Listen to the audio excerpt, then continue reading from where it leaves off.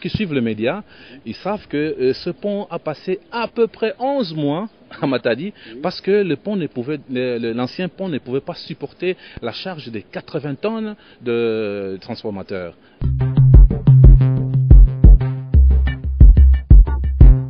C'est vrai que les enjeux économiques sont énormes. Je peux vous donner peut-être un exemple pour faire comprendre à la population. Vous avez un grand transportateur, qui qu'il soit. Il a champ marchandises à Matadi, il a par exemple 80 tonnes à transporter. Qu'est-ce qu'il doit faire? Normalement, avant, il devait prendre 2 camions, 2 remorques de 40 tonnes. Donc il prend d'abord 40 tonnes, et puis le deuxième remorque prend 40 tonnes. Donc là, vous voyez, il doit payer 2 chauffeurs, il doit payer les carburants 2 fois, mais maintenant, il est capable de prendre les 80 tonnes et les faire passer ici. Donc vous voyez, d'une manière économique, on gagne. Hein, c'est un plus. Hein. Donc ça, je pense que si vous posez la question à nos amis transporteurs, hein, ils vous diront qu'est-ce qu'ils ont gagné en termes économiques sur la construction de ce pont.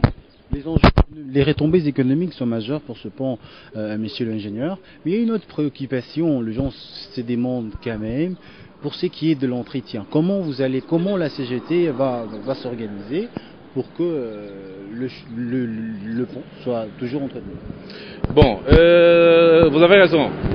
On a tout prévu.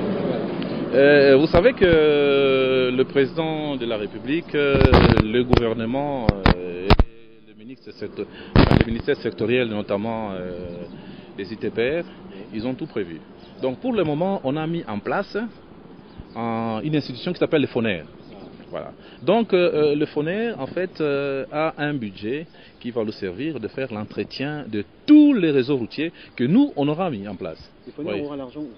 Le FONER, mais non, il y a tout un système qui est mis en place. Le FONER, il a des subventions qu'il retire dans le taxe pétrolier. Et avec ce fonds, il est capable d'entretenir toutes les routes que nous construisons, que l'Office de route construit, que l'OVD construit. Et pour vous dire que pour le moment, nous n'avons aucun souci en ce qui concerne l'entretien de ce pont. Parce qu'il va entrer justement dans le budget des FONER et il sera entretenu normalement. Et là, je voudrais encore vous dire quelque chose que nous avons signé avec l'entreprise Crackset, un contrat de concession qui s'étend sur 11 ans. Ce pont a coûté combien à la République?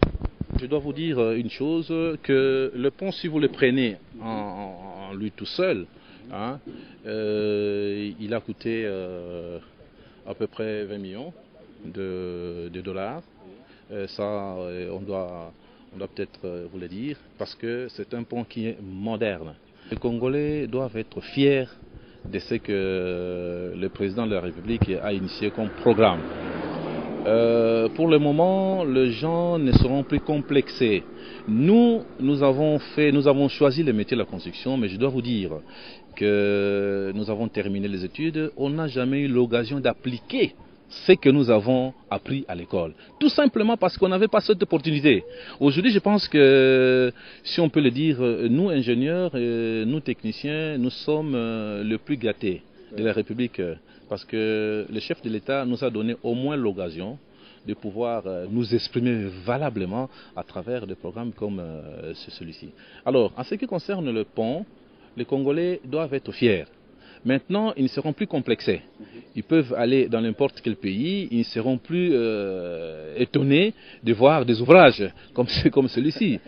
Pour le moment, nous sommes fiers de dire aux Congolais de pouvoir être contents, de pouvoir s'approprier de ce programme, parce que c'est pour nous que le pont a été conçu. La population elle-même doit également s'approprier des infrastructures que nous sommes en train de mettre à leur disposition, et c'est seulement à ces prix-là que nous pouvons pérenniser le travail que nous faisons, nous pouvons pérenniser également les programmes des chefs de l'État. Une question, pas de moindre, le Congo a un problème d'emploi. Est-ce que ce pont a sans doute créé d'emplois? Mais combien d'emplois ce pont a-t-il créé pour le Congolais? Parce que vous venez de parler d'eux. Il y a eu au total ici à peu près 130 personnes qui ont travaillé dans ce pont. Et sur les 130 personnes, nous avons eu 30 Chinois et 100 Congolais. Donc ça crée énormément d'emplois. Et quand vous connaissez comment ça se passe dans nos familles africaines, il suffit que si chaque Congolais qui a travaillé ici et derrière lui il y a 5 ou 7 personnes qui dépendent, donc vous voyez, on peut dire que 700 personnes ont bénéficié des retombées de la construction de ce pont. Et les gens qui ont travaillé ici, pour le moment, ne sont pas tous au chômage parce qu'une grande partie a été récupérée pour refaire la route que vous avez vue tout à l'heure, les 40 premiers kilomètres sur la RN1. Parce que nous devons savoir que nous avons signé un contrat de concession avec l'entreprise Craig-7 et ces contrats partent de Matadi jusqu'à Kinshasa. Et sur la grande route, vous avez vu que nous sommes en train de travailler. Donc nous avons pris les gens qui étaient ici et nous avons amenés sur la route et ils sont en train de travailler. Et dans les jours à venir, nous allons pouvoir construire 2 centres de formation des métiers de BTP pour essayer de recycler les jeunes gens, pour les intéresser au métier de BTP.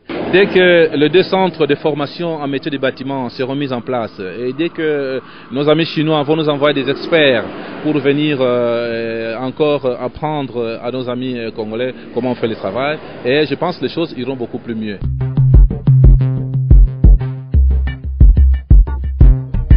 Le pont fait actuellement 200 mètres de portée, comme nous le disons, mais la travée centrale, donc les appuis, la travée qui sépare les appuis du milieu, la travée centrale donc, mesure 88 mètres, pendant que les travées extrêmes mesurent chacune 49 mètres, avec une dalle de transition mesurant du côté Matadi 9,5 mètres et du côté Kinshasa 4,5 mètres, ce qui fait un total de 200 mètres au total. Les appuis extrêmes, donc les appuis sur sol, s'appellent culées. Ce sont des culées. Donc il y a les culées rive Matadi, il y a une culée rive Kinshasa. Au milieu, ce sont les piles et il y en a 2. Il y a 2 piles.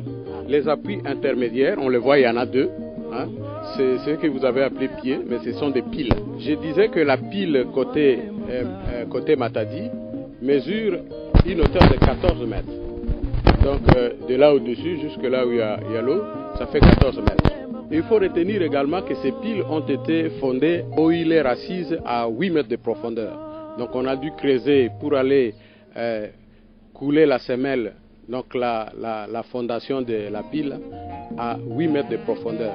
C'est donc construit sur la roche. L'un des problèmes qui gênait également l'ancien pont, c'est que ça commençait à faire des problèmes aux appuis. Bon, la différence, c'est que la structure comme celle-là se repose sur 3 poutres presque. Ouais. D'ici à l'extérieur, nous ne voyons pas les 3 poutres. Mais il y a 3 poutres de manière à ce qu'entre les poutres, il y a un vide. C'est ce qui fait qu'on dit que les poutres qui sont construites ici sont en forme de caissons. Donc il y a des caissons. On a amené ici une technologie nouvelle. Oui, alors l'ancien pont fait une fois 2 bandes. Donc il y a 2 bandes.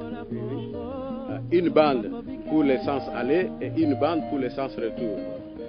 Mais ici, sur le pont pose actuel, modernisé, il y a 2 fois 2 bandes. Ce qui fait que peuvent passer simultanément 4 véhicules, sans problème. Alors c'est aussi ça la modélisation, c'est aussi la raison qui nous a conduit à construire un pont comme ça. C'est pour que les trafics se fassent fluides et que ça se fasse beaucoup plus lourd. Donc actuellement on peut, avec le nouveau pont, transporter plus de charges que l'autre. Tous les calculs ont été faits pour éviter que le milieu là ne flash, ne lâche. Et donc si les comètes des mortels souhaiteraient qu'il y ait un autre appui, ils ont une crainte. Mais nous pouvons les rassurer que tout ça a été calculé à l'avance. Je vous ai parlé de la flèche qui est admise et qui a été respectée lors de l'épreuve de charge. Et donc, et je disais encore qu'un ouvrage comme celui-ci, de l'extérieur nous voyons le béton. Mais en fait, il y a du béton. Tout le volume de béton compris ici, nous avons 11 300 mètres cubes de béton ici. Alors, ces 11 300 mètres cubes de béton ont été armés, tenez-vous bien, de 992 000 kilos d'acier. Oui, alors il n'y a pas que l'acier, il y a dans les 992 kilos, il y a les câbles pour la précontrainte. Donc, une technique nouvelle également, la précontrainte, on n'en parle pas chaque jour à Kinshasa ou à la RDC. La précontrainte, c'est le fait de couler un béton et de le couler avec de l'acier soumis sous tension, sous traction. Et cela résiste mieux qu'un béton armé tout simple. Donc ici nous avons du béton précontraint et donc plus résistant. Ce qui nous donne beaucoup plus d'assurance. Si je me rappelle encore qu'il y avait tout à l'heure l'inquiétude de la part de la population. Voilà. En tout cas pour terminer, toutes les précautions sont prises pour que ce pont soit d'abord moderne et sécurisant, 3 flexible au cas où il y aura un problème. Oui, écoutez, je disais que c'est un pont moderne. Voilà. Moderne pourquoi? Parce qu'il fait 17 mètres de large, voilà. Donc il peut contenir 2 fois 2 voies, comme je dis, ça fait 14 mètres, plus 1 mètre de part et d'autre d'accotement. Alors, nous avons sur ce pont ici utilisé la technique moderne. En ce qui concerne la stabilité, il n'y a pas d'inquiétude à faire. Ce sont des études qui se font et qui se vérifient avant même qu'on commence la construction. Et donc là, on peut garantir, on peut donner une assurance à la population que... La lumière, on voit avec le panneau solaire. Oui, alors il y a la lumière avec panneau solaire. Une nouvelle revue, un nouveau concept, une nouvelle manière de communiquer. Congo Panorama, l'outil de la lisibilité de grands travaux en République démocratique du Congo. Pour ce premier numéro, 4 ans, Joseph Kabila, bilan plus que prometteur. Depuis 1943, le Sud-Ubongi n'a jamais vécu le grand travaux. Kabila promet et réalise l'hôpital général de Gemena en pleine modernisation. Dossier spécial, 5 chantiers, de la vision à la réalisation, boulevard du 30 juin. Pan neuf. L'hôpital général du cinquantenaire, une œuvre grandiose pour un pays grand. L'avenue du tourisme, avant, pendant et après les travaux. Une route moderne. Le pont Pozo, un pays des grands enjeux pour de grandes œuvres. 26 janvier 2001, 26 janvier 2011. Joseph Kabila, une destinée à la tête de la République démocratique du Congo. Rappel historique du parcours, de nombre du peuple, avec les sentiments du devoir bien accompli. Congo Panorama, votre mensuel d'information générale, déjà dans vos kiosques. Terminé notre journée sur le pont Pozo, vous avez eu ample explication sur les travaux qui ont été entrepris ici sur ce pont, comment on l'a construit, quelles sont les précautions qui ont été prises pour que ce pont soit moderne, sécurisant et que ça réponde en tout cas à tous les critères que doivent répondre toutes des grandes infrastructures. Nous sommes à la fin de notre journée sur le pont Pozo. On se retrouve prochainement à un autre numéro, dans une autre province sans doute, pour vous présenter les infrastructures en RDC. Bye. Congo nde mboka ngo mokengeli koi, mboka ngo mokengeli léopard.